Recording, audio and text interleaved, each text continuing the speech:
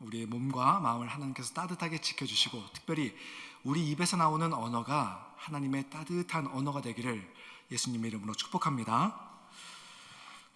이번 주일 제가 2부 예배 사회를 받습니다. 매월 첫째 주는요, 이제 나머지는 장로님들께서 대표 기도를 하시지만 매월 첫째 주는 목회 기도라고 해서 우리 사회를 보는 부목사님들이 이렇게 기도를 합니다. 제가 기도문을 썼고 그다음에 예배 전 몇 차례 연습도 했는데, 그래서 기도문을 놓고서 이렇게 기도를 하는데 그만 중간에 혀가 꼬여버렸습니다. 그래서 더듬더듬한 것이 이번 주일 제가 목회 기도 중에 있었습니다. 참 그렇게 기도를 마치고 나니까 마음이 좀 힘들더라고요.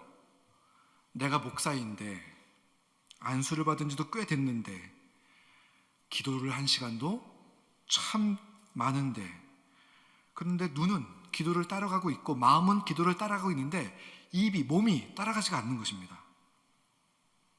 이때 흔히 하는 말이 있죠. 마태복음 26장 14절에 나오는 예수님의 말씀을 인용하면은 마음에는 원이로되 육신이 약하도다. 눈과 마음은 기도문을 다 따라가고 있는데 입이 더듬는 거예요.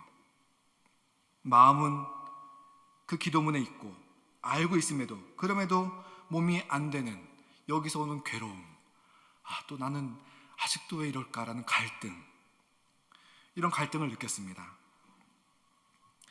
그런데 이 갈등에 대해서 오늘 좀 얘기하고 싶은데, 이렇게 좀 몸과 마음과 몸의 괴리로 인해서 오는 갈등, 우리 성도님들도 일상 가운데서 참 많이 느끼고 계실 것 같습니다. 우리가 예수님을 영접하여서 하나님의 자녀가 되고, 그 다음에 우리가 신앙생활을 하면서 주님의 뜻이 무엇인지, 주님의 뜻대로 어떻게 사는지 알게 됩니다. 그렇다면 그 다음에는 우리의 신앙이 쑥쑥 클 것이라고, 성장할 것이라고 생각을 하는데, 그런데 우리의 신앙이, 믿음이 커지면 커질수록 우리 안에서 갈등이 커지는 것 알고 계십니까, 여러분? 우리가 하나님의 뜻을 알고 그 뜻대로 살고 싶은데, 그런데 마음은 있는데, 또 알고는 있는데, 몸이 그렇게 살지 못하는 나 자신을 봤을 때 우리는 반드시 갈등을 느끼게 되어 있습니다. 오늘 본문은 아니지만 로마서 7장 15절을 보면은 사도 바울이 이렇게 말을 합니다. 내가 행하는 것을 내가 알지 못하노니 곧 내가 원하는 것은 행하지 아니하고 도리어 미워하는 것을 행함이라. 행하고 싶은 것을 행해지는 것이 아니라 마음은 있는데, 그러나 정작 반대의 것이 행동이 된다는 것입니다. 22절과 23절을 보면은 내 속사람으로는 하나님의 법을 즐거워하되, 여기서 속사람이라는 것은 예수 믿고 난 다음에 새롭게 생기는 자신의 모습입니다. 내 지체 속에서 한 다른 법이 내 마음의 법과 싸워 내 지체 속에 있는 죄의 법으로 나를 사로잡는 것을 보는도다. 하나님 뜻대로 살아야 되는 것을 알고도 있고 살고 싶은 생각도 있습니다. 그런데 그렇게 사라지지 않는 자신의 모습 속에서 갈등이 생기는 것입니다. 여러분, 옳고 그른 것을 안다고 하더라도, 그래서 그것이 반드시 옳은 삶을 살 수 있다는 것은 아닙니다. 우리는 거기서 갈등이 시작되게 되어 있습니다. 오늘 말씀 속에서 이제 계속해서 나는 하면서 나라는 존재가 나오는데, 여기서 나라는 존재는 사도 바울 자신을 얘기하는 건지, 아니면 어떤 특정한 대상을 그냥 나라고 대입시켜서 말하는 건지, 그리고 여기서 나라는 것이 사도 바울이면은 사도 바울이 예수 믿기 전에 모습을 얘기하는 건지, 예수 믿고 난 다음에 모습을 얘기하는 건지, 이런 논란이 성경 학자들에게서 참 많습니다. 근데 한 가지 확실한 것은, 그것을 다 떠나서 여기서 말하는 나는 갈등 속에 쌓여있는 나는 구원을 이미 받은 사람입니다. 16절 말씀을 보면은 만일 내가 원하지 아니하는 그것을 행하면 내가 이로써 율법이 선한 것을 시인하노니. 무슨 말이냐면은 나 율법이 좋은 거, 유익한 거 알고 있습니다. 여러분, 구원받지 않은 사람이 율법이 선하다고 동의할 수 없습니다. 그리고 22절 보면은 내 속사람으로는 하나님 법을 즐거워하되, 구원받지 않은 사람이 하나님 법 즐거워할 수가 없습니다. 그래서 여기 갈등 속에 있는 나라는 존재는 이미 구원을 받은 그 사람입니다. 그래서 이 사람은 하나님의 계명, 율법이 선한 것도 알고 있습니다. 하나님 뜻대로 살아야 된다는 생각도 있습니다. 그래서 구원받았지만 그런데 율법대로 계명대로 살지 못하는 자신의 모습 속에서 갈등을 느끼는 것입니다. 아마 여러분도 이런 갈등 참 많이 느끼셨을 것 같습니다.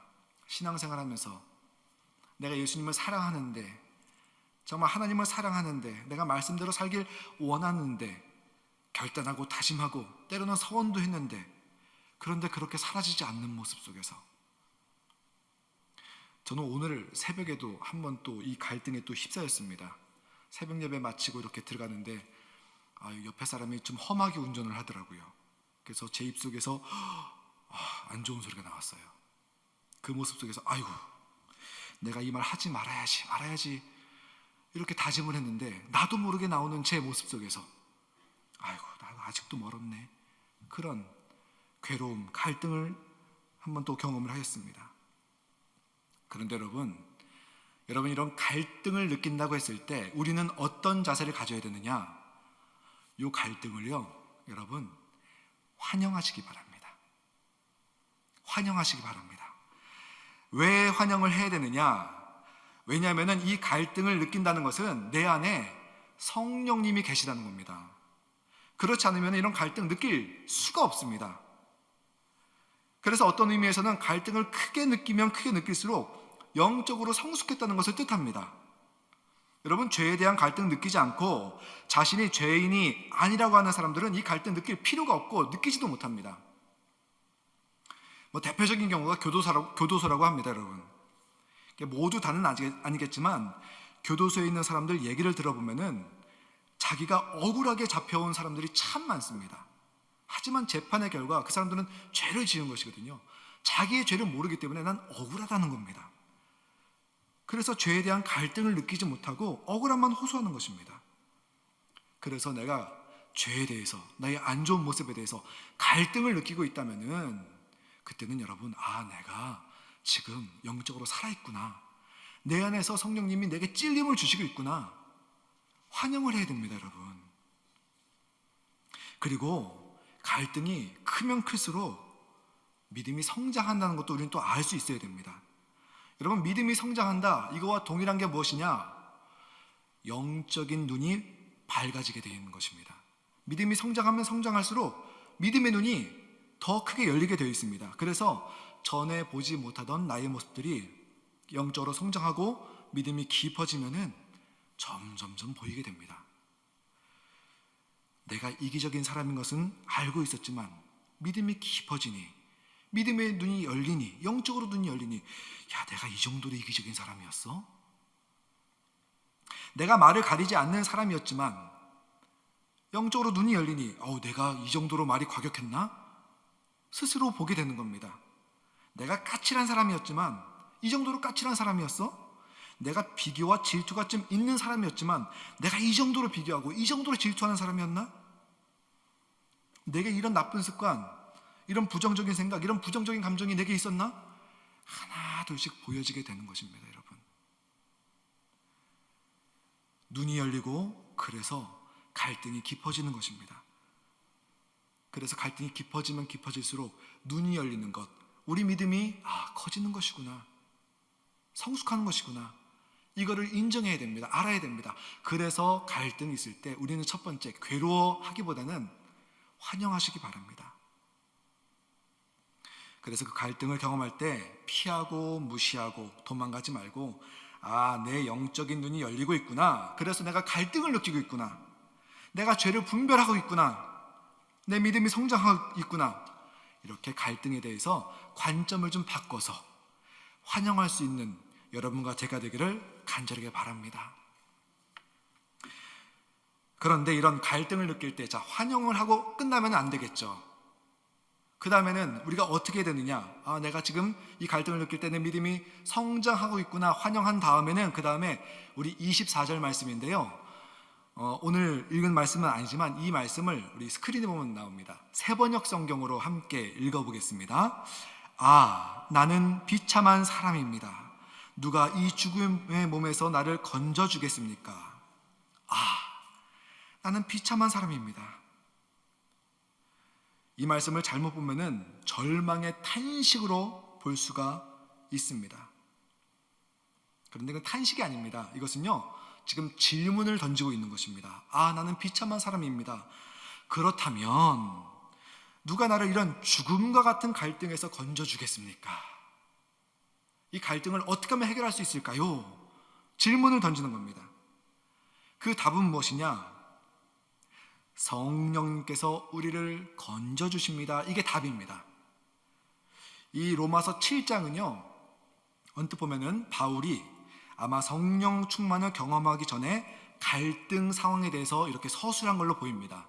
그리고 8장이 건너가면은 이제 8장 제 성경책 위에는 갈색 글씨로 생명의 성령의 법 이렇게 나와 있습니다. 그래서 8장은 바울이 성령 충만을 경험하고 난 후에 7장의 갈등에 대한 답을 쭉 서술한 것입니다.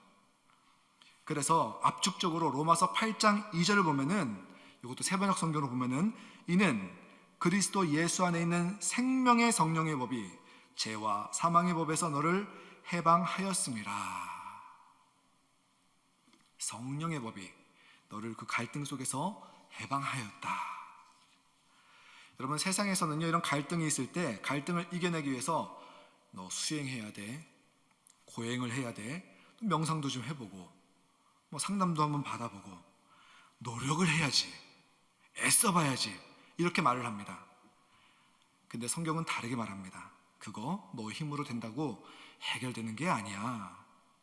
어려운 거야, 힘든 거야, 안 되는 거야. 그렇기 때문에 생명의 성령의 법이 너에게 필요해.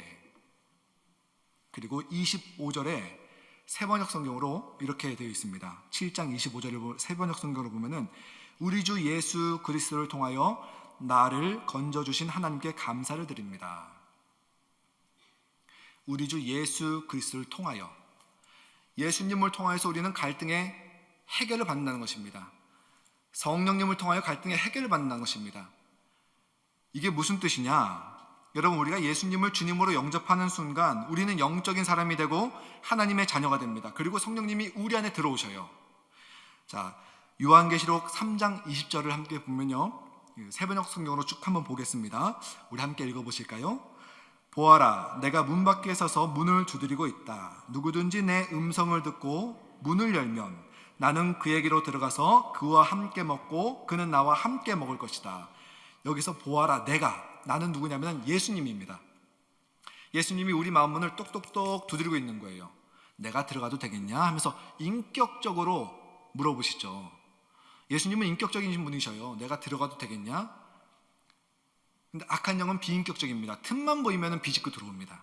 근데 예수님은 똑똑똑 해서 우리가 예수님 들어오세요 하고 영접하면 예수님이 우리에게 들어와서 우리와 함께 먹고 함께 지냅니다.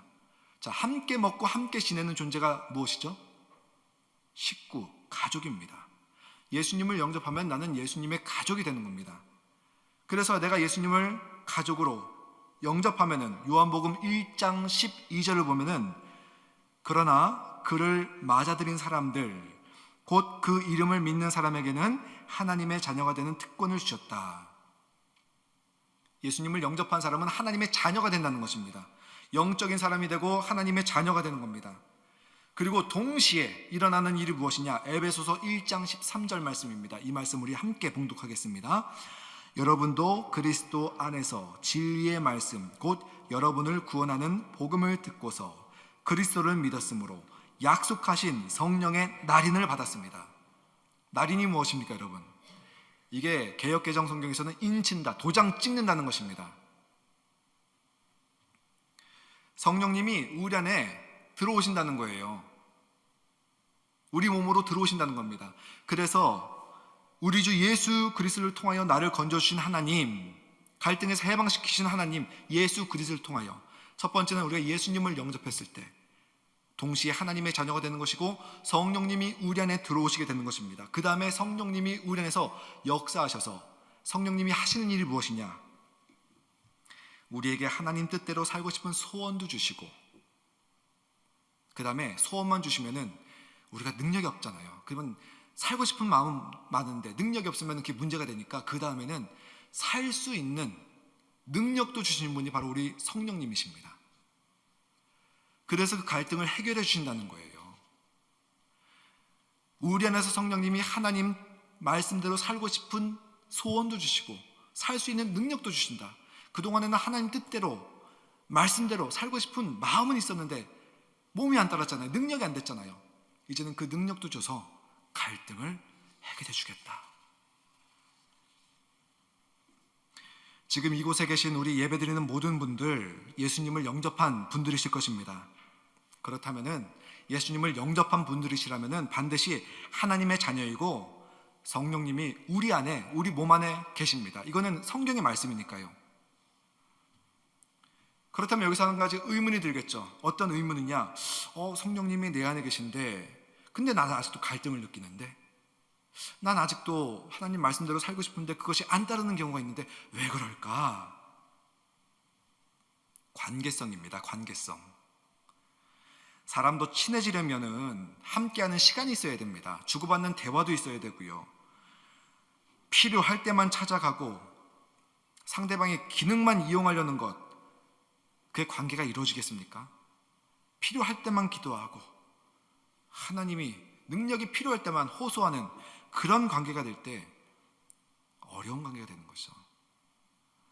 그래서 우리는 이 성령님과 하나님과 관계를 갖고 가야 됩니다. 저희 집에는 TV가 없는데, 그래서 TV가 있는 저희 아버지 댁 시골에 내려가면은 저희 가족이 거의 TV를 아주 몰두해서 보게 됩니다.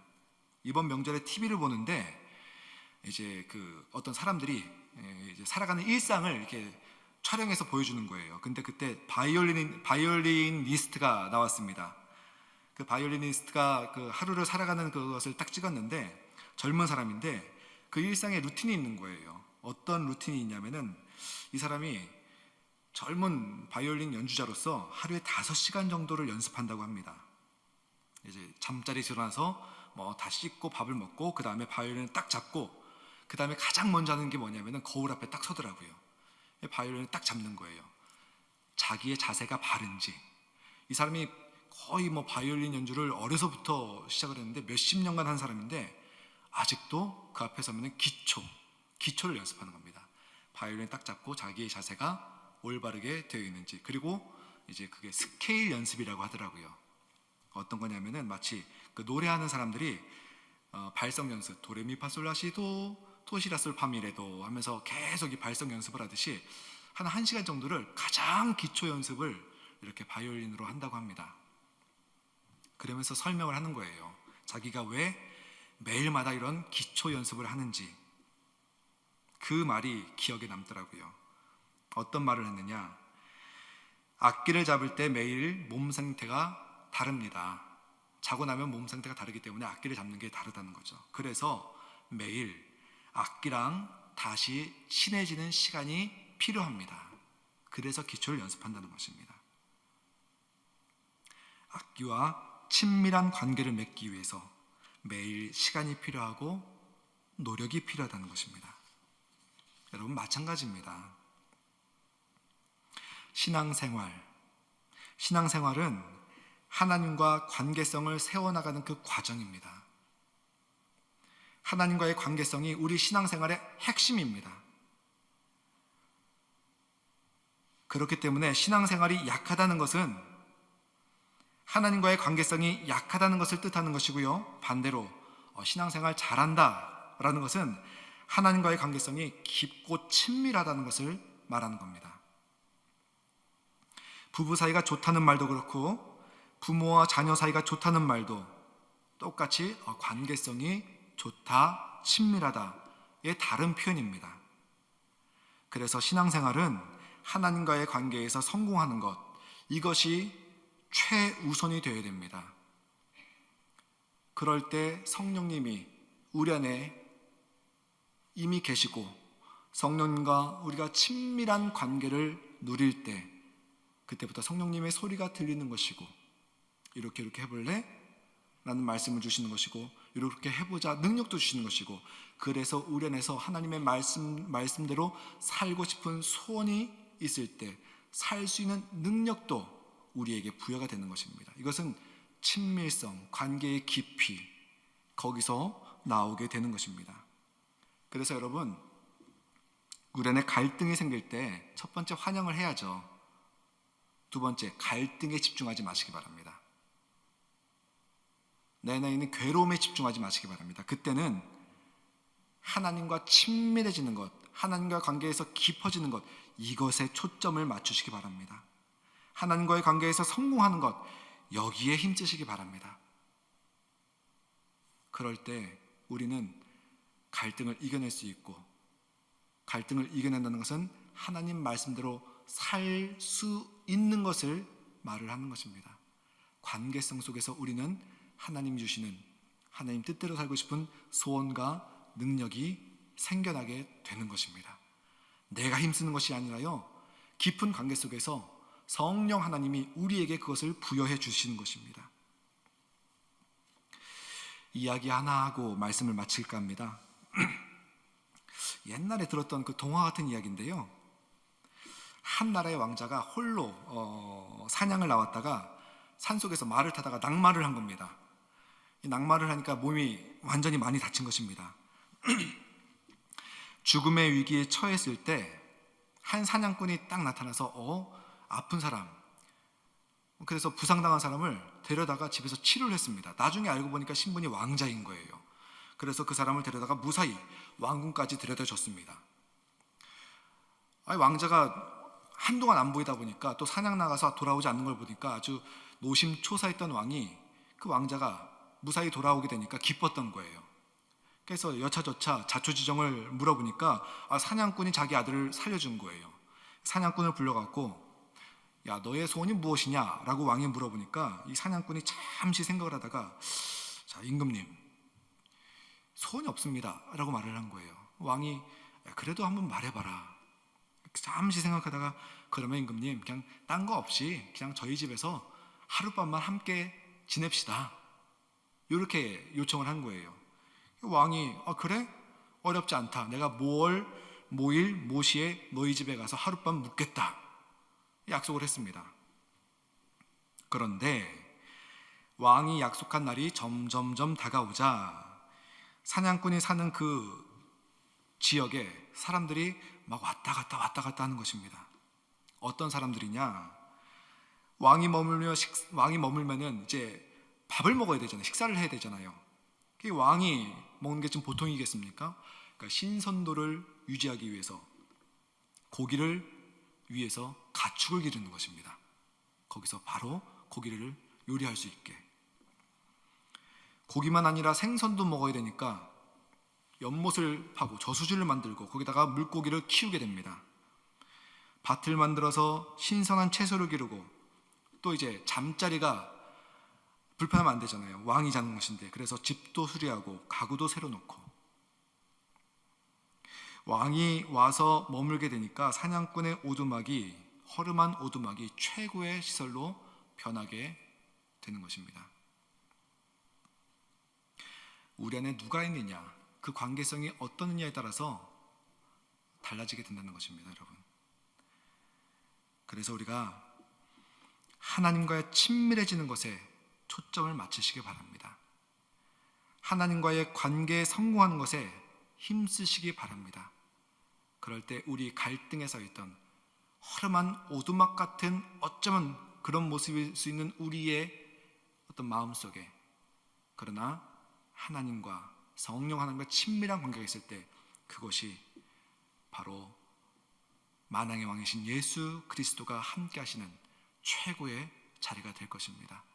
거기서부터 우리는 능력의 삶을 살 수가 있습니다.